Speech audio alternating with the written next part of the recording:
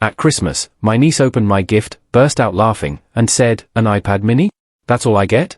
Then she threw it at me. I calmly stood up, gathered every present I'd brought, 16 wrapped boxes, and carried them back to my car.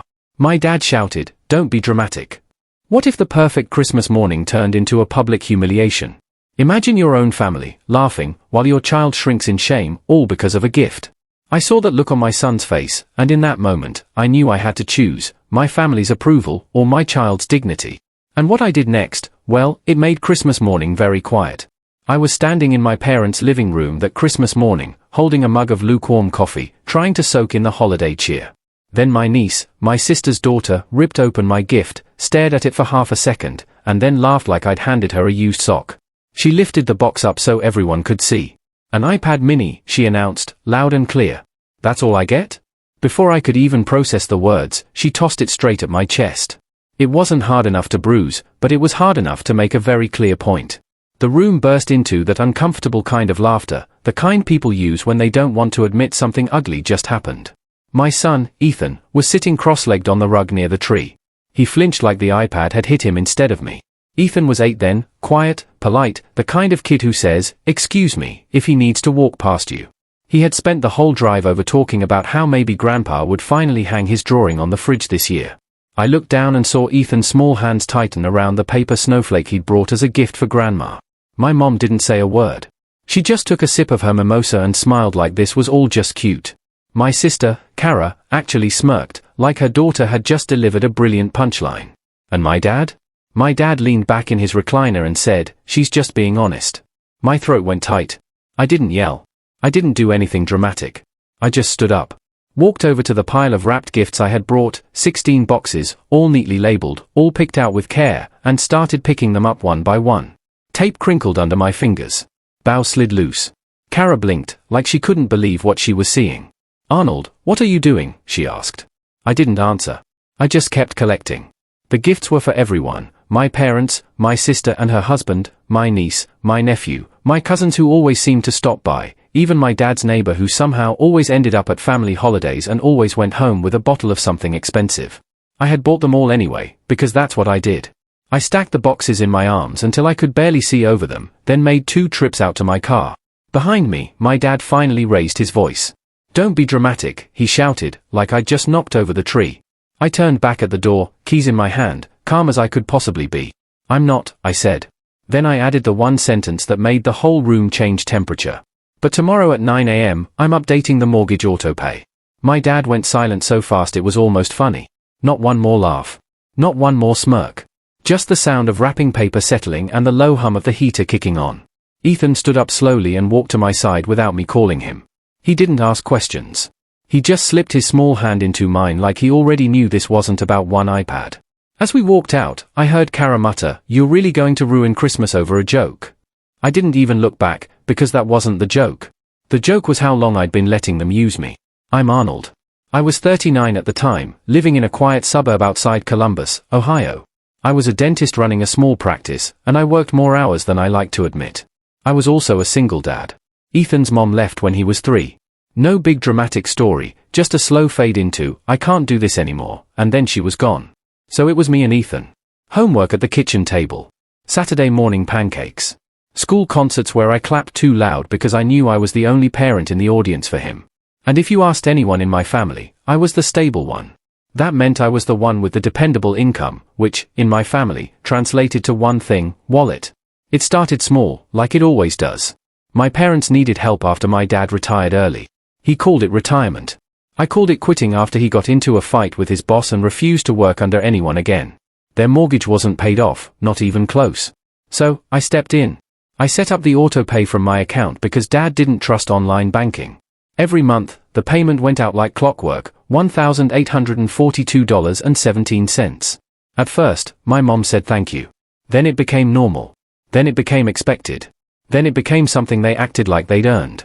If the payment ever processed a day late because of a holiday, my dad would text me like I'd committed a crime. "Mortgage didn't go through.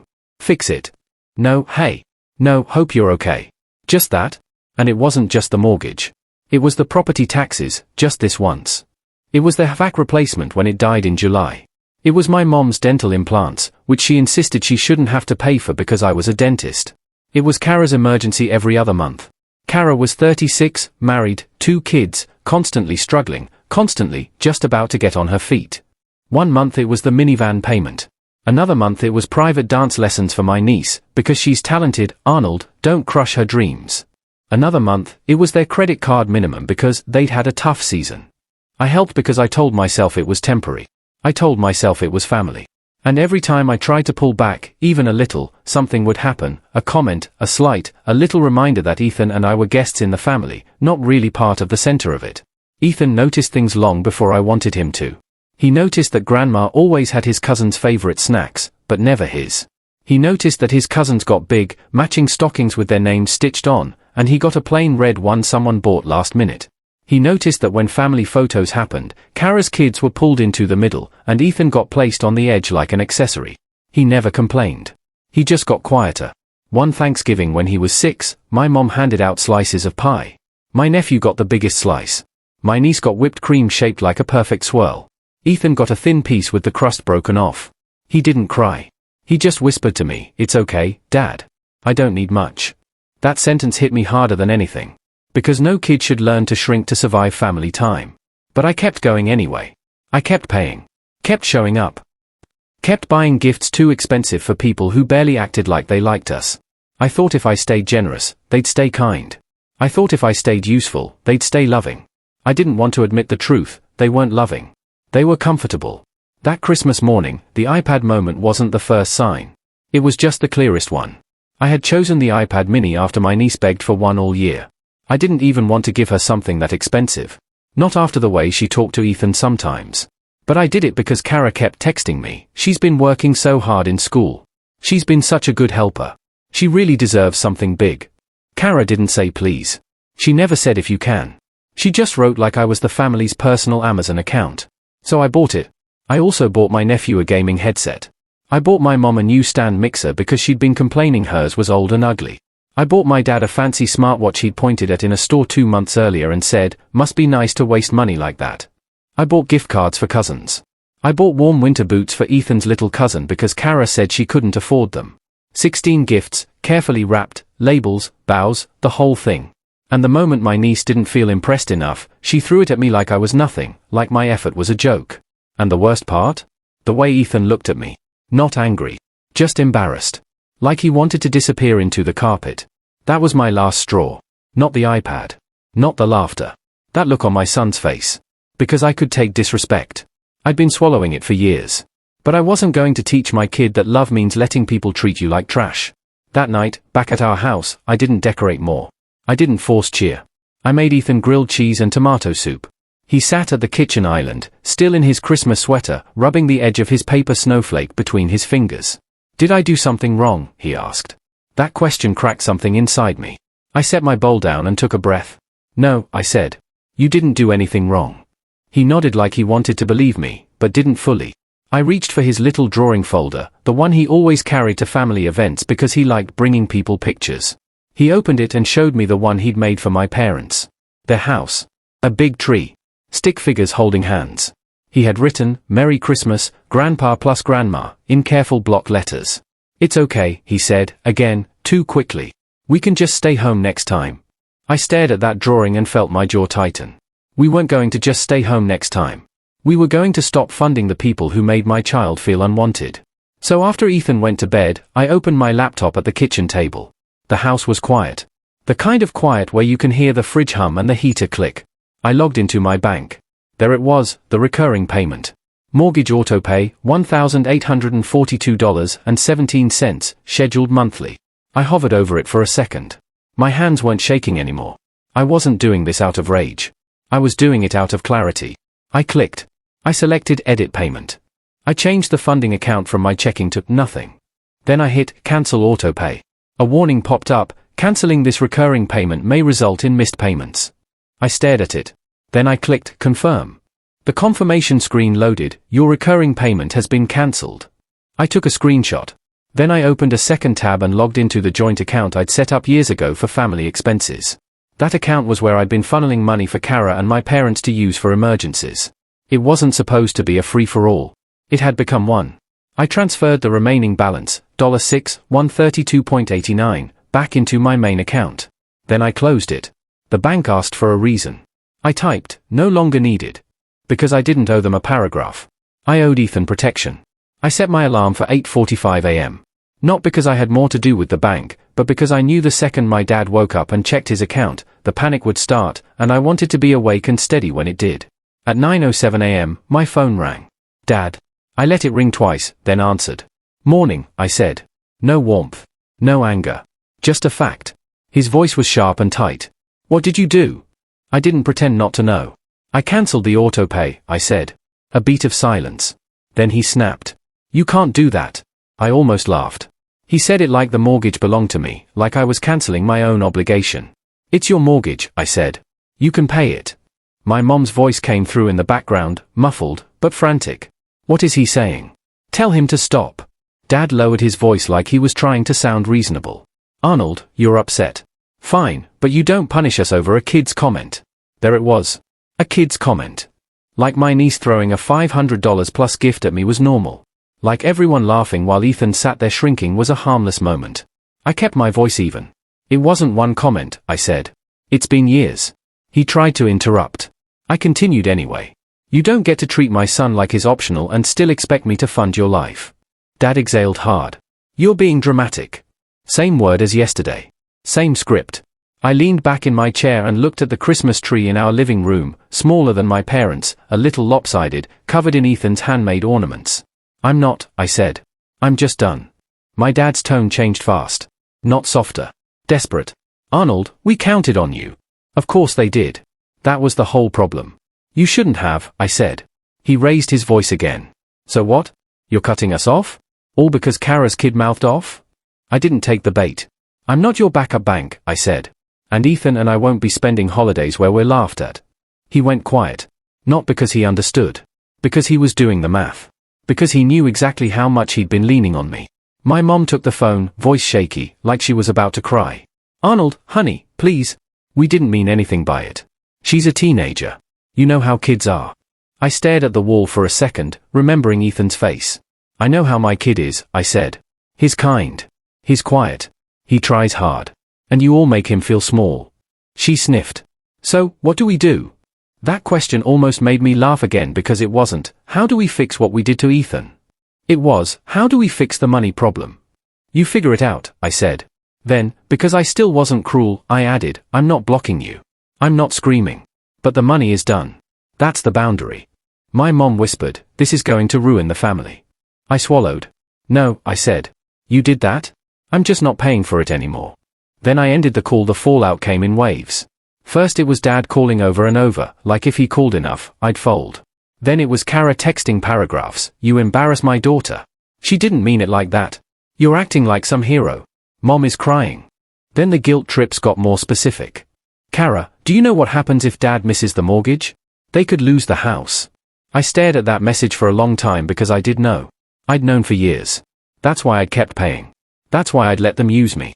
But then I looked at Ethan sitting on the floor building a Lego set, humming to himself, finally relaxed because we weren't driving to someone else's house to be tolerated.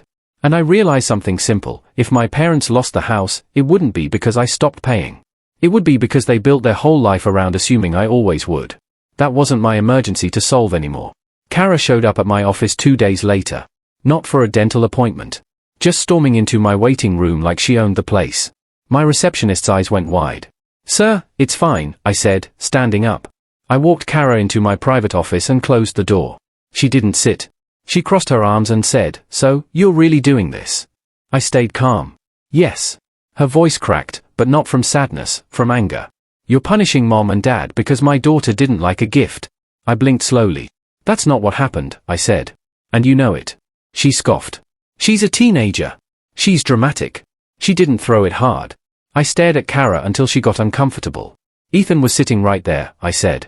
And everyone laughed. Kara rolled her eyes. Oh my God, Arnold. He's a kid. He'll forget. That sentence made my stomach turn because it wasn't true. Kids remember the feeling. They remember who protected them. They remember who didn't. I didn't raise my voice. I just said, you don't get to decide what my son forgets. Kara's face tightened. Then she tried a new angle. So what? You're going to let them lose everything after everything they did for you? I almost asked, like what? But I didn't. I kept it simple. I did a lot for them, I said. I've been doing it for years. And they've been taking it while treating Ethan like his less. Kara's eyes flicked away for half a second. That told me she knew. She'd seen the little things. She just benefited from pretending they didn't matter. Then she did what Kara always did when she couldn't win on facts. She went for the emotional punch. You're always so high and mighty because you're a dentist, she said. Like you're better than us. I felt my jaw clench, but I stayed steady. I don't think I'm better, I said. I think Ethan deserves better. Kara opened her mouth, then shut it, and then she said the quiet part out loud. So, what am I supposed to do when I need help? There it was. Not, how do we make things right? Not, I'm sorry, Ethan was hurt. Just, what about my money? I nodded once. You budget, I said. You figure it out like every other adult. Kara's face went red. You're unbelievable. I walked to my office door and opened it. I'm not arguing, I said. This conversation is over. Kara stood there a second longer like she expected me to chase her. I didn't. She left. And my receptionist whispered, "Are you okay?" I exhaled. "I am," I said. For the first time in a long time, I meant it. The next week was a flood of messages. My dad left a voicemail where he sounded like he was trying to perform dignity. "I don't know who you think you are, but you don't do this to your parents." My mom left one that sounded softer, but still wrong. "We're family. Family helps family." I didn't call back. I didn't explain again, because boundaries aren't negotiations. They're statements. The only person I explained things to was Ethan. Not in a heavy way, just honest. We were brushing teeth one night when he asked, "Are we going to Grandma's again?" I looked at him in the mirror. "No," I said. "Not for a while." He paused, toothbrush in his mouth. "Did they not want us there?" My throat tightened again. But I didn't lie. "Sometimes people don't know how to be kind," I said. "And I'm not going to put you in places that make you feel bad." Ethan swallowed, then nodded. And then he surprised me. "Okay," he said. "Can we do Christmas at home next year? With pancakes?" I laughed softly. "With pancakes?" I promised in January. The consequences got real for them. Not for me. For them. Dad missed the first payment. Not because he couldn't scrape together anything. Because he was stubborn, because he thought I'd panic and fix it. Instead, he got a late notice. Then another. Then he called me again, voice shaking with anger. "You're really going to let this happen?" I didn't match his tone. "You're really going to let your own mortgage happen?" I corrected. He cursed under his breath. Then came the next level of manipulation. My aunt called. Not to ask how Ethan was. Not to ask why we disappeared. She called to mediate. "Arnold," she said, "your parents are stressed. Your dad's blood pressure." I stopped her gently. "I'm not discussing their health as a bargaining chip," I said. She huffed. "You know they love you." I didn't argue. I just said the truth. Love doesn't look like humiliating my kid and expecting me to keep funding them. She went quiet. Then she said, "So, you're really cutting them off?" "Yes," I said. "I am." She sighed like I disappointed her. "All right," she said. "Well, I hope you can live with yourself." I looked at Ethan across the room, building another Lego set, peaceful. "I can," I said, and I hung up. By spring, my parents had refinanced. Not because they wanted to, because they had to. They asked Kara for help. Kara asked my uncle. My uncle said no. They finally did what they should have done years ago. They figured it out without me. And that's when the apologies started. Not real ones. Convenient ones. My mom showed up at my house one Saturday with a grocery store pie and watery eyes. Ethan was in the backyard tossing a tennis ball for our dog. My mom stood on my porch and said, "Can we talk?" I didn't invite her in. I stepped outside and closed the door behind me. She looked offended by that, like she deserved my living room. "I'm sorry about Christmas," she said quickly. "It got out of hand." I waited. She added, "Your niece was rude." Still waiting. Then she said, "We didn't mean to hurt Ethan." That was the closest she'd gotten to saying his name in weeks. I nodded. "Okay," I said. She blinked. "That's it? What do you want me to say?" I asked. She looked up at me like she couldn't believe I wasn't melting. "I want things to go back," she said. I kept my voice calm. "No," I said. "They can't." Her eyes filled. "Arnold, you're being so cold." I didn't budge. "I'm being safe," I said, "for my son." My mom's face tightened. "So you're going to punish us forever?" I shook my head. "This isn't punishment," I said. "This is the consequence. You don't get access to Ethan if you treat him like an afterthought. And you don't get access to my money at all." She whispered, "Your father is heartbroken." I believe that he was upset. I didn't believe he was heartbroken for the right reasons. I said the boundary one more time. Simple. I won't fund a family my kid isn't part of, I told her. My mom stared at me for a long moment. Then she looked past me toward the backyard where Ethan was laughing because the dog had stolen his glove. And for the first time, I saw something like shame flicker across her face. Not a full apology, but something. She swallowed. Can I at least say hi to him? She asked. I thought about it. Then I said, not today. Her face crumpled like I'd slapped her. But I didn't feel guilty because I wasn't doing this to hurt her. I was doing this to protect Ethan from learning that love means taking whatever you're handed. My mom left the pie on the porch anyway. I threw it away after she drove off. Not dramatically. Just quietly. Like you do when something is no longer yours. The real closure came the next Christmas. It was just me and Ethan. We stayed home. We made pancakes. We put up our little lopsided tree and hung every paper ornament Ethan had ever made, including the one he brought to my parents' house the year before. He taped a new drawing to our fridge. It was our house this time, just the two of us, a dog, a tree, and a big speech bubble that said, Merry Christmas. No grandparents. No cousins. No forced smiles. Later that afternoon, my cousin Leah stopped by with her teenage son. She was the one person in my family who had texted after Christmas and said, I saw what happened. I'm sorry. She handed Ethan a small gift bag. Inside was a sketchbook and a set of colored pencils. Ethan's eyes lit up like someone had turned him back on. Leah looked at me and said softly, you did the right thing. I didn't feel triumphant. I felt steady. That night after Ethan went to bed, I sat in the living room with the tree lights glowing and my phone face down on the table. There were no missed calls. No guilt texts. Just quiet. And in that quiet, I finally understood what I'd been buying all those years with my money. I'd been buying access. I'd been buying temporary peace. I'd been buying my way into rooms that didn't actually want us. So, I stopped. And the funny thing was, once I stopped paying, the peace didn't disappear. It improved. Because for the first time, the peace was real. I walked into Ethan's room to check on him. He was asleep with his new sketchbook on the pillow beside him like it was treasure. I pulled the blanket up over his shoulder and I whispered the promise I should have made sooner, you'll never have to earn your place with me. Then I turned off the light and closed the door. Quiet. Simple. Done. You know, sometimes, as parents, we make choices we regret, but we always have the chance to set things right. What do you think about my choice? Was I too harsh, or did I do what any good parent would for their child? I'd love to hear your thoughts and experiences in the comments below.